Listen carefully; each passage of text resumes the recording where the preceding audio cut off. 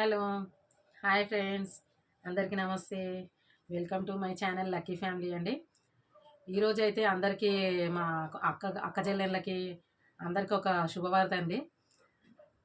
శుభవార్త ఏంది తొందరగా చెప్పు అంటున్నారా? అదేనండి, మన బంగారం రేట్ అయితే ఈరోజు తగ్గింది. దాంతోపాటు వెండి రేటు కూడా.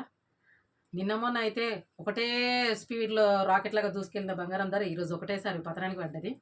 దాంతోపాటు వెండి ధర కూడా, వెండికైతే బ్రేక్ పడ్డది. ఈరోజైతే తగ్గిందండి. తీసుకోవాలి అనుకున్న వాళ్ళైతే మన ఇంట్లో డబ్బులను బట్టి ఎంతో అంత ఇంత తెచ్చిపెట్టుకోవడం మేలనిపిస్తుంది నాకైతే.